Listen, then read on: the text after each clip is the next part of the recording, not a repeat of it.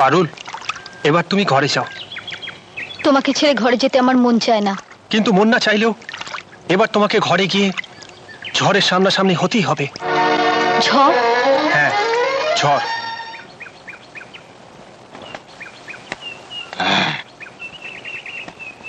শিমুল, পারুল,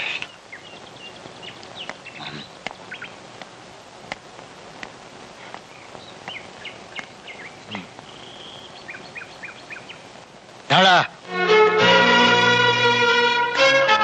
কোথায় গিয়েছিলি? শিমুলের কাছে। কেন? ওকে মন ভরে দেখতে।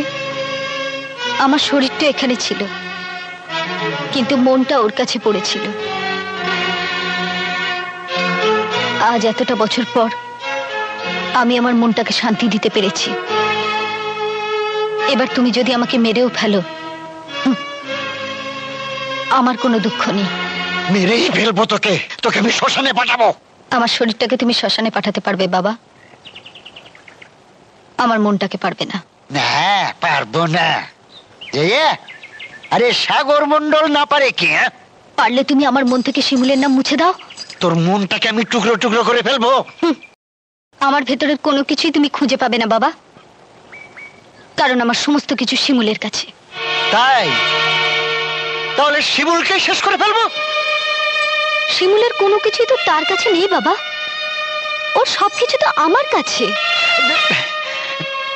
তোকে মারলে যদি শিমুল মরে, তাহলে আমি তাই করবো।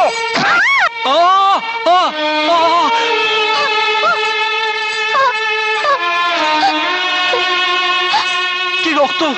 কি হয়েছে? কি হয়েছে বাবা? রক্ত! রক্ত কোথায়? ও তুমি দেখতে পাবে না মা, আমি দেখতে পাচ্ছি।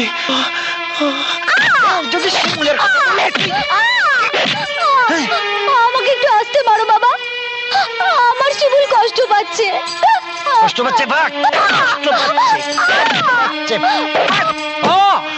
পারুল! কি হয়েছে শিমুল? কি হয়েছে বাবা?